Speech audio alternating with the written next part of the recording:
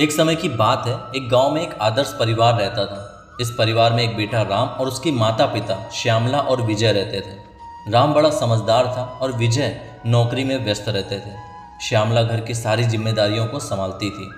एक दिन श्यामला बीमार पड़ गई और उन्हें बहुत कमजोरी महसूस होने लगी। उन्हें बहुत बुखार आया था और वे खुद को बहुत बीमार महसूस कर रही थी। राम और विजय बहुत चिंतित हो गए और उन्हें श्यामला को ठीक करने के लिए उपचार के लिए कुछ करना था। राम बहुत विचारशील था और उसे समय से पहले सही निर्णय लेने की क्षमता थी। उसने विभिन्न विकल्पों के बारे में सोचा। उसके पास सिर्फ दो विकल्प थे। पहला विकल्प था कि वह एक दूसरे गांव में डॉक्टर के पास जाए और दूसरा विकल्प था कि वह एक आधुनिक अस्पताल में अपनी मां को भर्ती करवाए। राम ने पहले विकल्प का विचार किया। उसने सोचा कि यह आसान होगा क्योंकि उनके गांव के निकटतम गांव के डॉक्टर बहुत मशहूर थे। राम अपनी माँ और पिता से इस विकल्प के बारे में बात करने लगा, लेकिन विजय ने इसका विरोध कर दिया। उन्होंने कहा कि डॉक्टर के पास जाना समय की बर्बादी करेगा और अस्पताल में भर्ती करवाना सही विकल्प होगा। राम फिर से विचार करने लगा और पिताजी के द्वारा बताया गया विकल्प उसे सही लगा। राम ने यह समझा कि एक अस्पताल में उसकी माँ की बेहतर देखभाल होगी और उन्हें जरूरी उपचार मिलेगा। इसके साथ ही अस्पताल में मेडिकल सुविधाएं भी उपलब्ध होंगी जो बहुत ही आवश्यक थी। दोनों ने एक आधुनिक अस्पताल में श्यामला को भर्ती करवाया और वहां बेहतर देखभाल की गई। राम के माता पिता ने इस निर्णय का समर्थन किया और राम के द्वारा सही निर्णय लेने पर उसकी प्रशंसा की।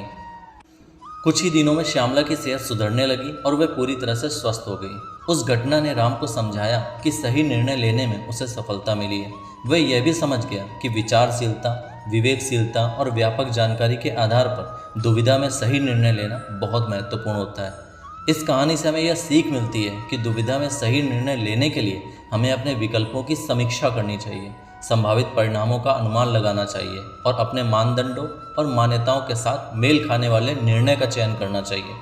दुविधा में सही निर्णय लेना काफ़ी मुश्किल हो सकता है, लेकिन यह एक महत्वपूर्ण कौशल है जिसे हम सभी को सीखना चाहिए। जीवन में हम बार बार ऐसी स्थितियों का सामना करते हैं जब हमें विभिन्न विकल्पों के बीच चुनना पड़ता है। यह समय की मांग करता है और हमारे दिमाग को बहुत सोचने और विचार करने की आवश्यकता होती है। दोस्तों, दुविधा को मुद्दे को समझना पहला और महत्वपूर्ण कदम है। आपको समस्या के सभी पहलुओं को ध्यान से समझने की कोशिश करनी चाहिए।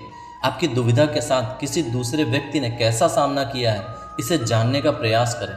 उनके अनुभव से आपको नए दृष्टिकोण और विचार प्राप्त हो सकते हैं जो आपको उच्च गुणवत्ता वाला निर्णय लेने में मदद करेगा। प्रत्येक विकल्प के पूर्ण परिणामों का विचार करें और उनके लाभों और हानियों को मापन करें। इसके साथ ही अपनी संभावित प्राथमिकताओं को ध्यान में रखें और यह देखें कि कौन सा विकल्प आपके लक्ष्यों और मान्यताओं के साथ सबसे अधिक संगत है। दुविधा में सही निर्णय लेने के लिए आपको संभावित विकल्पों का मुकाबला करना चाहिए। आपको प्रत्येक विकल्प के सकारात्मक और नकारात्मक पहलुओं को देखने की आवश्यकता होगी। अंत में आपको एक सत्यापित और समझदार निर्णय लेना होगा। आपको यकीन रखना होगा कि आपका चयन आपके उच्चतम हित को पूरा करेगा और आपके मानवीय, नैतिक और नैतिक मानदंडों के साथ मेल खाएगा। दुविधा में सही निर्णय लेना आपकी सामर्थ्य, अनुभव और अनुशासन का परिणाम है।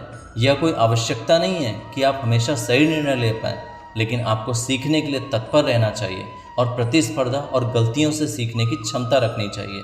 आपके निर्णयों का परिणाम हमेशा आपकी व्यक्तिगत और व्यापारिक उपयोगिता को प्रभावित करेगा। इसीलिए आपको सतर्क और स्वयं समर्पित रहना होगा।